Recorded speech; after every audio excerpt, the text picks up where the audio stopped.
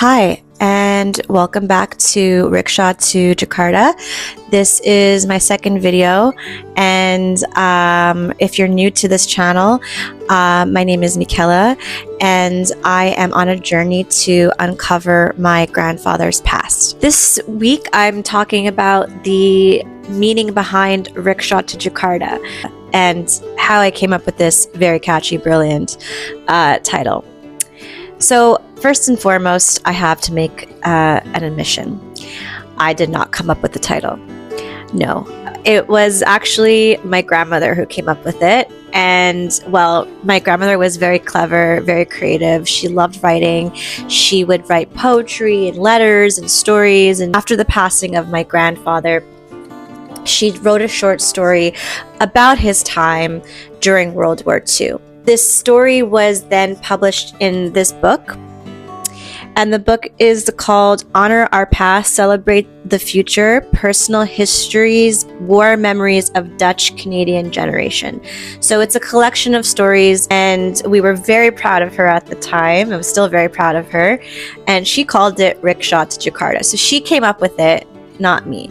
But yes, I am plagiarizing my grandmother, but I do know in my heart that she would be honored, proud, happy to share the title with me, and I think she would just be thrilled to know that it's living on and taking new formation.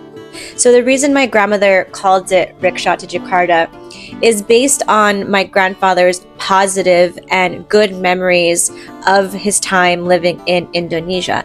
Yes, my grandfather was in a concentration camp. Yes, my grandfather had just spent a year running from the Nazis and not being a normal child, not being a normal human being.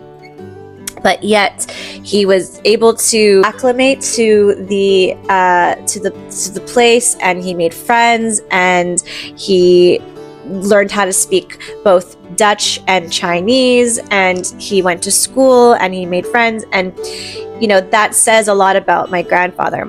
And he had so many great memories, and even though like he could look back at that place with such negativity, he didn't. He would cook us these elaborate Indonesian meals that would take him like days to prepare for us, and he would tell us these memories of him and his friends and not wearing shoes and feeling very wild and jumping from rooftop to rooftop.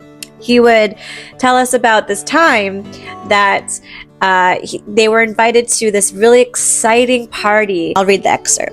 My parents didn't take long to make friends, both Dutch and Chinese, and this helped me meet their children outside the schoolyard, and I noticed they weren't too bad after all. One day, we were invited to a birthday party at the home of Miss Lenny Cha.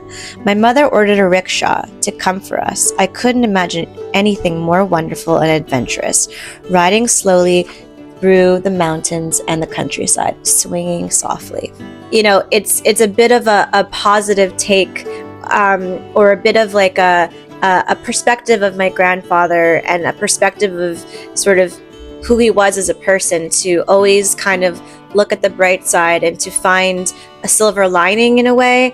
I know that's very complex, and that is also a part of this journey that I want to uncover, which is that the psychology of people and how they survive.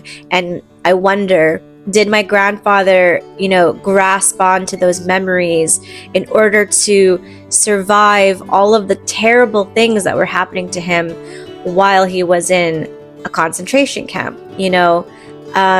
So that is the reason for Rickshaw to Jakarta.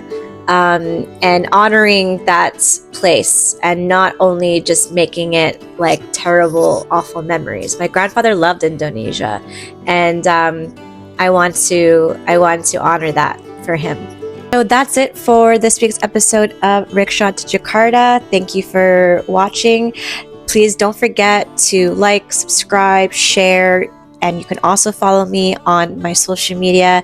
I also want to mention that I did start a GoFundMe. No pressure, but the more people you can share this with, the better. I am going to speak about the GoFundMe well, the reason for the GoFundMe in another video. And that's it for today. Thank you so much for joining me, and I'll see you next time. Bye.